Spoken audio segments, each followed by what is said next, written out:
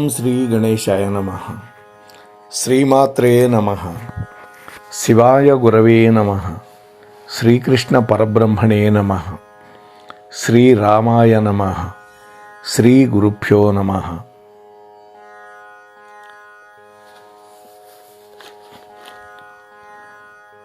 సచ్చిదానందరూపాయ విశ్వోత్పత్యాదిహేతవే తాపత్రయ వినాశాయ శ్రీకృష్ణాయ వయం నమః. పలాశపుష్పసంకాశం తారకాగ్రహమస్తకం రౌద్రం రౌద్రాత్మకం ఘోరం తం కేతుం ప్రణమామ్యహం.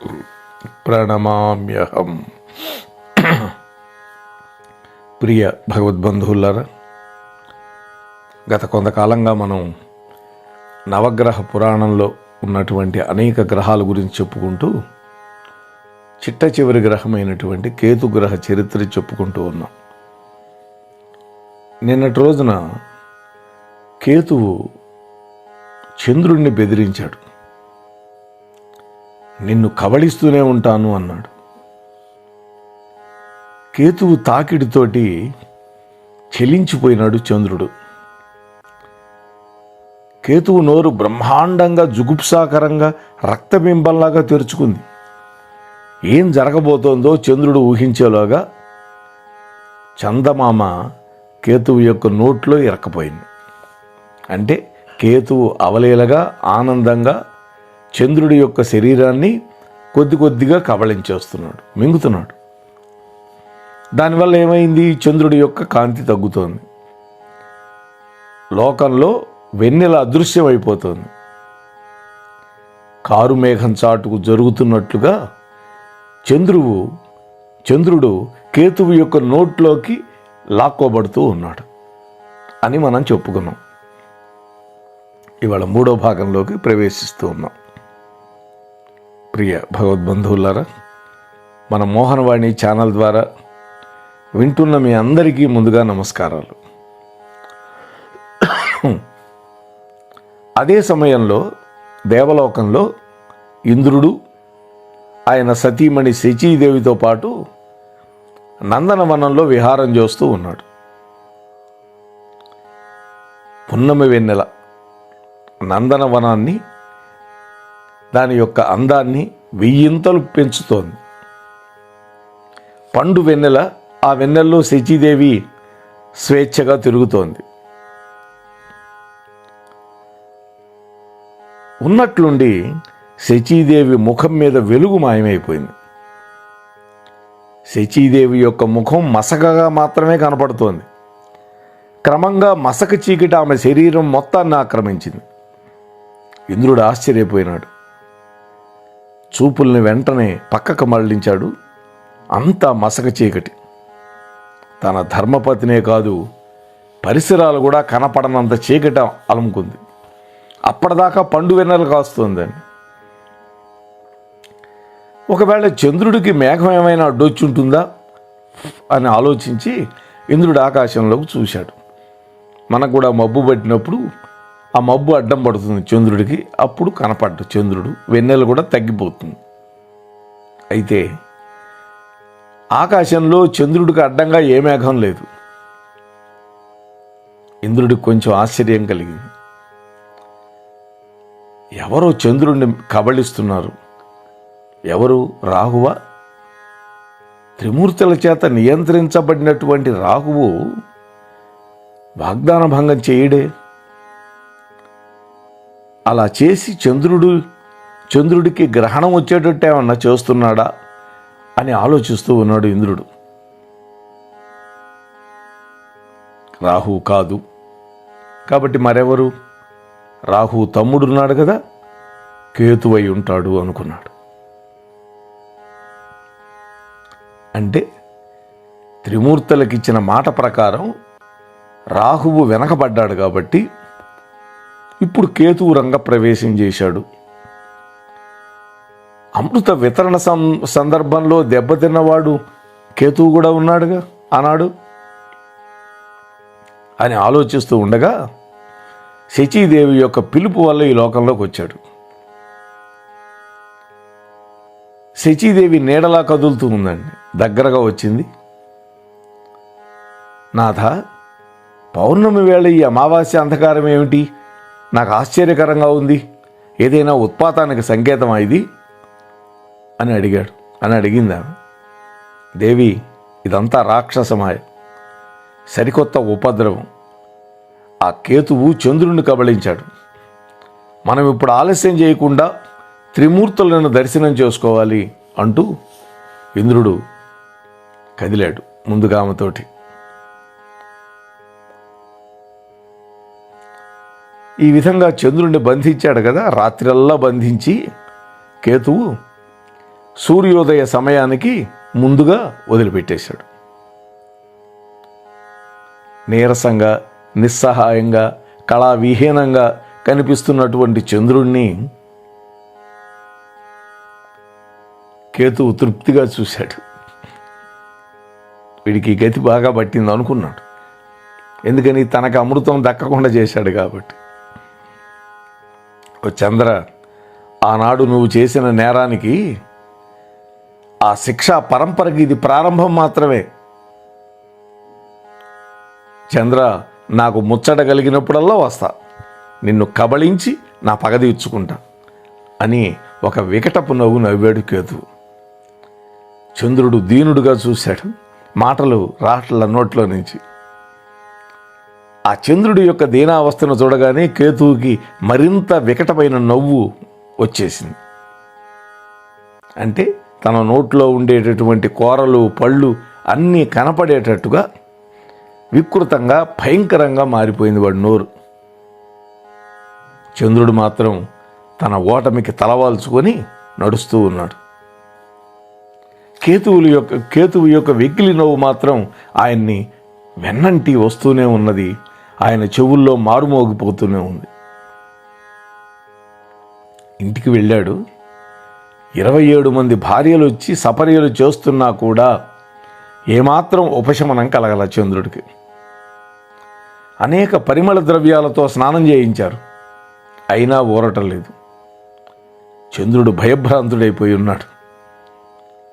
నెలలో సగభాగం మామగారైనటువంటి దక్షుడి యొక్క శాప ఫలంగా క్షయవ్యాధి వస్తుంది. రెండవ అర్ధభాగం ఈ రాక్షసుడి యొక్క గ్రహణ బాధ. ఒకదాన్ని వెన్నంటి మరొక బాధ వస్తోంది. ఉపద్రవాలన్నీ తనకే వస్తున్నాయి, చుట్టుముడుతున్నాయి అని బాధపడుతున్నాడు. స్వామి, ఈ రాహుకేతువుల చిత్రవధ నుంచి మీరు ఏ విధంగా తప్పించుకోగలుగుతారు అని పెద్ద భార్య అశ్విని అడిగింది. చంద్రుడు బరువుగా నిట్టూర్చాడు. అంటే నిస్సహాయత ఉంది. దేవి, వాళ్ళది అసుర బలం, తోడుగా పరమశివుడి యొక్క వరం ఉన్నది. అమృతం దానవులకు దక్కకుండా గొప్ప ఆశయంతో స్పందించినందుకు నేను ఇంత శిక్ష అనుభవించరావాల్సినట్టు మాత్రం నాకు అత్యంత బాధాకరం అన్నాడు. ఆ భయంకరమైనటువంటి వదన కుహ్వరంలో రోత పుట్టించే భయంకరమైన దుర్గంధం, జుగుప్స కలిగించే లాలాజలం, ఆ యాతన గుర్తొస్తుంటే నా శరీరం జలధరించిపోతుంది.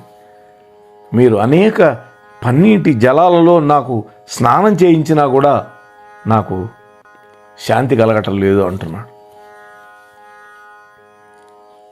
రోహిణి వచ్చి, స్వామి, ఎట్లా మనం ఈ ఆపదను తప్పించుకోగలుగుతాం అన్నాడు. ఏముంది, నా విధిని నిర్లక్ష్యం చేసి నా దినచర్యను మరిచిపోయి నా మందిరంలో దాక్కోవటమే, ఇంతకంటే నాకు మార్గాంతరం లేదు అన్నాడండి. అలా చేస్తే లోకాలు వెన్నెలలు లేక తలడిల్లిపోతాయి కదా నాథ అని భరణీదేవి అంది.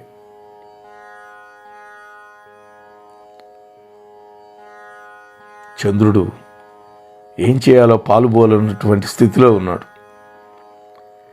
లోకం కంటపడకుండా ఎక్కడో లోపల బంధింపబడి ఉండడమే పర్యవసానం అయినప్పుడు ఆ నిశాచరుడిలో ఎందుకు మీ అందరితో పాటు మందిరంలో నేను కూడా ఉండిపోతాను, నేను బయటకు పోను అన్నాడు. నేను బయటికి వెళితే వాడి నోట్లో పడాలి, అది నాకు ఇష్టం లేదు. అందుకని ఇంట్లోనే ఉంటాను, మీ మధ్యనే ఉంటాను, మందిరం దాటి బయటికి వెళ్ళను అంటున్నాడు. ఇంతలో నారాయణ నామస్మరణ చేస్తూ అక్కడికి నారదుడు వచ్చాడు. నారదుడు ఎక్కడొచ్చినా శుభం జరగాలండి. సుఖీభవ అని నారదుడు ఆశీర్వదించాడు.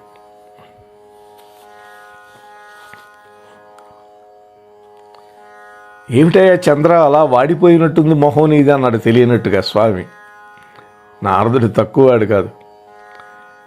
ఏం చెప్పేది నారద మహర్షి, రాత్రి పూర్తిగా ఆ రాక్షసుడి యొక్క వదన గర్భంలో ఉక్కిరి విక్కిరైపోయాను.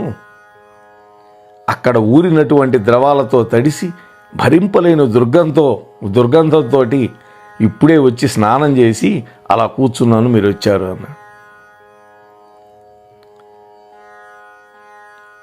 మహర్షి, నా భయాన్ని బాధని మీరే తీర్చాలి, ఏదైనా మార్గాంతరం చెప్పండి అన్నాడు. నేను మాత్రం ఈ రాత్రి బయటికి వెళ్ళాలి అనుకోవటం లేదు. నేను వెళ్ళానా వాడి నోట్లో పడాలి, నాకు ఇష్టం లేదు అన్నాడు.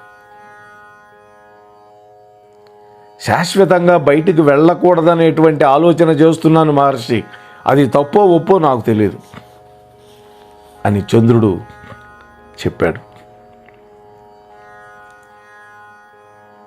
చంద్ర, మీ మామగారి శాపం వల్ల నెలలో సగభాగం క్షయవ్యాధితో కుంచుకుపోతూ ఉంటావు. మిగిలిన సగమైనా సరే విహారం చేయాలి కదా, లేకపోతే లోకాలు ఏమైపోతాయి, ఔషధాలు ఎట్లా సిద్ధమవుతాయి, వ్యాధిగ్రస్తులు ఎలా బతకాలి, ప్రేయసీ ప్రియుల మధ్య ప్రేమానురాగాలు ఎలా అంకురిస్తాయి నువ్వు వెళ్ళకపోతే? ఇవన్నీ చంద్రుడి పనులే కదా. మహర్షి, తన్ను మాలిన ధర్మం తప్పు కదా, అందువల్ల నేను వెళ్ళాలనుకోవట్లేదు అన్నాడు. చంద్ర, నువ్వు ఈ విధంగా ఆలోచించి నువ్వు చెయ్యవలసినటువంటి విద్యుక్త ధర్మాన్ని విస్మరిస్తావు అనేటువంటి భయంతో త్రిమూర్తులే నన్ను ఇక్కడికి పంపిస్తే వచ్చాను అన్నాడు నారదుడు. త్రిమూర్తులు పంపారా? అవునయ్యా చంద్ర, 3 లోకాల్లో ఏ ఉపద్రవం సంభవించినా చక్కబెట్టవలసినటువంటి బాధ్యత ఆ ముగ్గురిదే కదా. నువ్వు మందిరంలో నీ భార్యల మధ్యలో దాక్కునే ఆలోచన విరమించు, నీ నిత్య సంచారం కొనసాగించు. ఆ దేవతలు రాహువుని కట్టడి చేసిన విధంగానే ఈ కేతువును కూడా నియంత్రిస్తాము అని చెప్పమన్నారు నీతోటి త్రిమూర్తులు. అది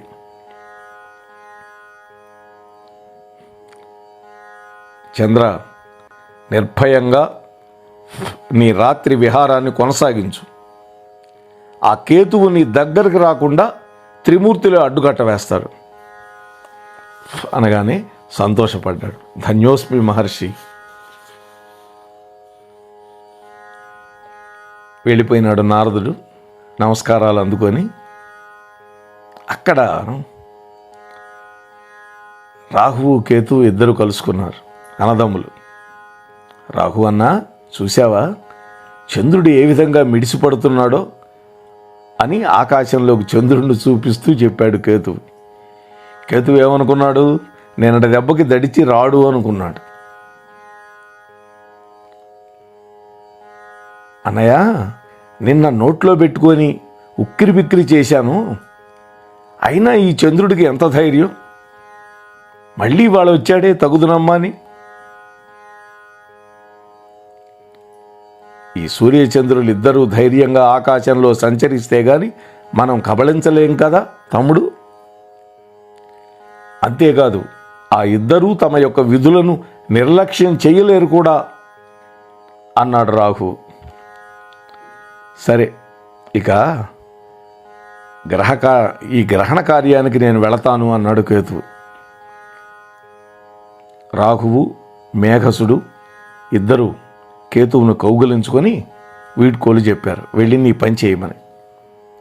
కేతువు ఆకాశంలోకి రివ్వున ఎగిరాడు.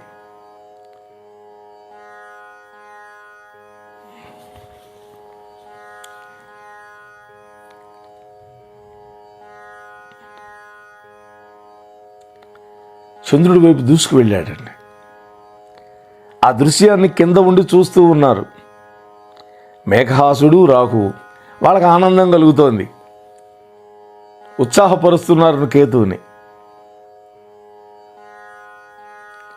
పైకి వెళ్ళినటువంటి కేతువు చంద్రుడికి దగ్గరలో ఉన్న ఒక మబ్బు చాటున దాక్కున్నాడు. దొంగచాటుగా చంద్రుడిని గమనిస్తూ ఉన్నాడు, ఎప్పుడెప్పుడు మింగేద్దామని. చంద్రుడు మాత్రం ఆందోళనగానే ఉన్నాడు. త్రిమూర్తులు అడ్డుకుంటారన్నటువంటి ఆలోచన మనస్సులో ఉన్నది. ఆ ఆలోచనతోటే తన యొక్క గగనయానం సాగిస్తూ ఉన్నాడు. లోపల మాత్రం భయం ఉందండి. ఎందుకని? గత రాత్రి చవి చూసినటువంటి బీభత్సమైన అనుభవం ఎంత మర్చిపోవాలన్నా చంద్రుడు గుర్తొస్తూనే ఉంది. మనకు కూడా జీవితంలో ఏదైనా భయానకమైనటువంటి సంఘటన ఎదురైతే ప్రతినిత్యం మనకు కొన్నాళ్ల పాటు గుర్తు వస్తుంది. అది కళ్ళు మూసుకున్నా కళ్ళు తెరిచినా అదే ఉంటుంది. నారదుడి యొక్క ధైర్యవచనాలు మరొకసారి చెవులో మారుమోగినాయి ఆయనకి. చంద్ర, నిర్భయంగా నీ యొక్క నిశావిహారాన్ని కొనసాగించు. ఆ కేతువు నీ దగ్గరకు రాకుండా త్రిమూర్తులే చూసుకుంటారు. ఆ మాటలు కొంచెం ధైర్యాన్ని ఇచ్చినాయి. ఇంతలో కేతువు యొక్క భీకరమైనటువంటి అట్టహాసం దిక్కులను కుదిపేస్తూ వినపడింది చంద్రుడికి. చంద్రుడు భయభయంగా చూశాడు. ఒక తెల్లటి మేఘం చాటు నుండి వికృతంగా కనపడుతోంది ఆ కేతువు యొక్క ముఖం. ఎట్లా ఉంది? నివురు కప్పిన నిప్పులాగా ఉన్నాడు వాడు. మబ్బుల చాటు నుండి బయటకు వచ్చాడు, చంద్రుడి వైపు దూసుకు వెళుతూ ఉన్నాడు. అటువంటి కేతువు టక్కున ఆగాడు. ఎందుకని? తన ఎదురుగా ఉన్నతమైన విశాలమైన అలంఘ్యమైనటువంటి గోడలా నిలబడి ఉన్నారు త్రిమూర్తులు, ముగ్గురు, బ్రహ్మ విష్ణు మహేశ్వరులు. కేతు, నీ జన్మరహస్యం నీకు తెలియదు. రాక్షసాంశతో మృత్యుదేవత పుత్రుడుగా పుట్టినటువంటి దేవతామూర్తివి నీవు. సూర్యచంద్రులతో ఇతరులతో పాటు గ్రహదేవతగా వెలుగొందేటటువంటి వేల్పుగా నిన్ను అభిషేకిస్తాం మేము. అంటే గ్రహానికి అధిదేవతగా పెడతాం అని కేతువు యొక్క ఆవిర్భావానికి కారకుడైనటువంటి బ్రహ్మదేవుడు చెప్పాడు ఈ మాట. ఆ మేఘహాసుడు ద్వారా నేను ప్రసాదించిన వరాలని, శక్తులని సూర్యచంద్రులను కబళించే అవాంఛనీయమైనటువంటి చర్యతో వృథా చేసుకోవద్దు కేతు. శివుడు కూడా మందలిస్తున్నట్టుగా అన్నాడు ఈ మాట. ఎందుకని? తానే కదా వరాలు ఇచ్చింది ఆ మేఘహాసుడికి, రాహుకి, కేతువుకి దివ్య శక్తులు ఇస్తానన్నాడుగా, ఇచ్చాడు. ఆ శక్తులు వృథా చేసుకోవద్దు అంటున్నాడు పరమాత్మ శివుడు. విష్ణువు కలిగించుకొని, కేతు, నా సుదర్శన చక్రధారతో నీకు శిరచ్ఛేదం కావడం కేవలం యాదృచ్ఛికం. పరమేశ్వరుడి యొక్క వరం ఆ నష్టాన్ని రూపుమాపింది, నీకు మళ్ళీ రూపాన్ని ప్రసాదించింది. అలాంటి సంక్రమించినటువంటి దేహంతో పగ, ప్రతీకారం వీటితో రగిలిపోవటం అనేది నీకు భవిష్యత్తులో దక్కవలసినటువంటి పదవికి మచ్చదేస్తుంది, అడ్డంకి అవుతుంది. కాబట్టి నిరంతరాయంగా సూర్యచంద్రులను కబళించే ఆలోచన విరమించు అన్నాడు నారాయణుడు. కేతువు వినయంగా నమస్కరించి ముగ్గురికి, ఓ త్రిమూర్తులారా, మీ మాటలకు అడ్డుపడుతున్నందుకు నన్ను మన్నించండి. సూర్యచంద్రుల మీద ప్రతీకారం చేస్తూనే ఉండిపోతామంటూ చేసినటువంటి ప్రతిజ్ఞ ఏం కావాలి? నా తల్లికి, నా ధర్మపత్నికి ఇచ్చిన మాట నెరవేర్చుకోవాలి కదా. అనగానే విష్ణువు అన్నాడు నవ్వి, కేతు, నీ ప్రతిజ్ఞ నెరవేరాలా వెసులుబాటు కల్పించడానికి మేము సిద్ధంగా ఉన్నాం. అంటే నీ ప్రతిజ్ఞ నెరవేరేటట్టుగా చేస్తాం, మేమున్నాం. నీ అన్న రాహు అభ్యర్థించి అనుమతి పొందిన ప్రకారం నిర్ణీత కాల వ్యవధిలో నియమిత సమయాల్లో లోకాలకు కీడు వాటిల్లనటువంటి విధానంలో నువ్వు కూడా సూర్యచంద్రులను కబళిస్తూ తృప్తిపడచ్చు అన్నాడు విష్ణుమూర్తి. సంధిపూర్వకమైన ఈ విధానం మా ముగ్గురికి ఆమోదయోగ్యం ఓ కేతు. ఈ మాట పరమేశ్వరుడు చెప్పాడు. వరాలు ఇచ్చినవాడు కదా, ఆయనే చెప్పాడు. వెంటనే బ్రహ్మ అన్నాడు, మా మాట అంగీకరించి ఆనందించు. వెంటనే కేతువు నమస్కరించి, మీ ఆజ్ఞను శిరోధార్యంగా నేను స్వీకరిస్తాను. అమావాస్య రోజున సూర్యుణ్ణి, పౌర్ణమి రాత్రుల్లో చంద్రుణ్ణి వంతుల ప్రకారం మేమిద్దరం గ్రహణం చేసేటటువంటి ప్రాతిపదికతోటి ముందుకు సాగుతాం అన్నాడు కేతువు. తథాస్తు అన్నాడు త్రిమూర్తులు. కేతువు ముగ్గురికి భక్తితోటి ప్రణామాలు చేశాడు.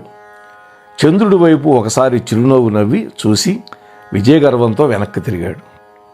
త్రిమూర్తులు కూడా అంతర్ధానం అయిపోయినారు. చంద్రుడు నూతనోత్సాహంతో వెన్నెల వెదజల్లుతూ ఉన్నాడు. భూలోకంలో ఉండే వాసులు, మిగతా లోకాల్లో ఉండే వాసులు అందరూ కూడా ఆనందంతో ఉండగలిగారు. ఎందుకని? మళ్ళీ వెన్నెల వచ్చింది కాబట్టి. మరి ఆ తర్వాత ఏమైంది అనేటువంటి విషయాలని రేపటి రోజు కలుసుకొని మీతో ముచ్చటించే ప్రయత్నం చేస్తాను. అంతవరకు ఈ ఛానల్లో వచ్చేవన్నీ వింటూ ఉండండి, వినిపిస్తూ ఉండండి. లైక్ ఇవ్వండి, అలాగే మీ కామెంట్ కూడా పెట్టండి. ఆ లైక్ నొక్కినప్పుడు మీకు హైప్ అనేటువంటి ఒక బటన్ ప్రత్యక్షం అవుతుంది. దాన్ని కనుక ప్రెస్ చేశారా అంటే మరింత మందికి ఈ వీడియో వైరల్ అవుతుంది. దానివల్ల ఛానల్ నిర్వాహకులైనటువంటి మన అక్కునూరి వారికి కూడా ఆనందం కలుగుతుంది అని మీతో మనవి చేసుకుంటూ ముగిస్తున్నాను. గ్రహాల యొక్క అధిదేవతలు మనందరినీ చల్లగా రక్షించుగాక. స్వస్తి సర్వేషాం.